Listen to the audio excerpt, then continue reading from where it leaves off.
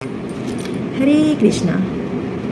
आज निर्जला एकादशी के शुभ अवसर पर जानते हैं निर्जला एकादशी की कथा और उनकी महिमा को। एक दिन महाराजा युधिष्ठिर के भाई भीमसेन अपने दादा महान ऋषि श्री व्यासदेव से कहते हैं, क्या बिना एकादशी उपवास के आध्यात्मिक लोक में जाना संभव है?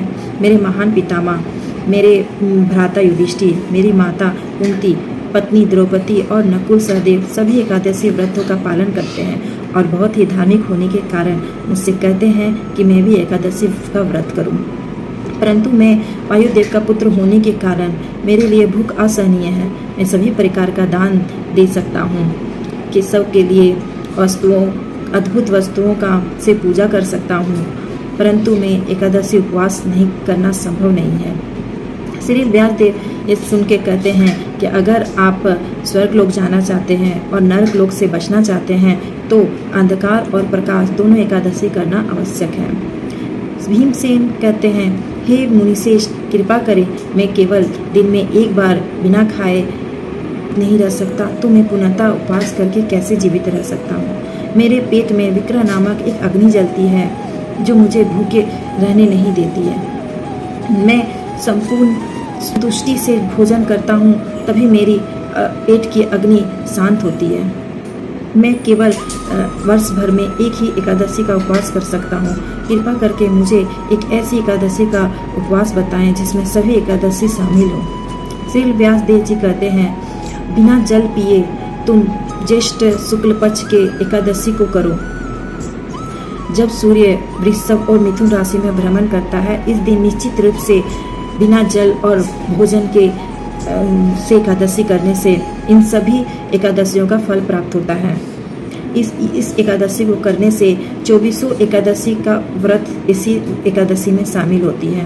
प्रायः द्वादशी में प्रातः सुबह काल उठकर स्नान कर निश्चित समय पर ब्राह्मणों को दान देकर अपना पारण तोड़ना चाहिए। श्री व्यासदेव जी कहते हैं, जो भी इस एकादशी को करता है वह शुक्ल पक्ष और कृष्ण पक्ष दोनों एकादशी का फल को प्राप्त करता है। जो भी इस एकादशी को करता है वो सभी तीर्थ स्थानों में स्नान करने का फल को प्राप्त करता हो और सभी दान पुण्य का प्राप्ति करता है। इस एकादशी को करने से धन, ऐश्वर्य और स्वास्थ्य की प्राप्ति होती है।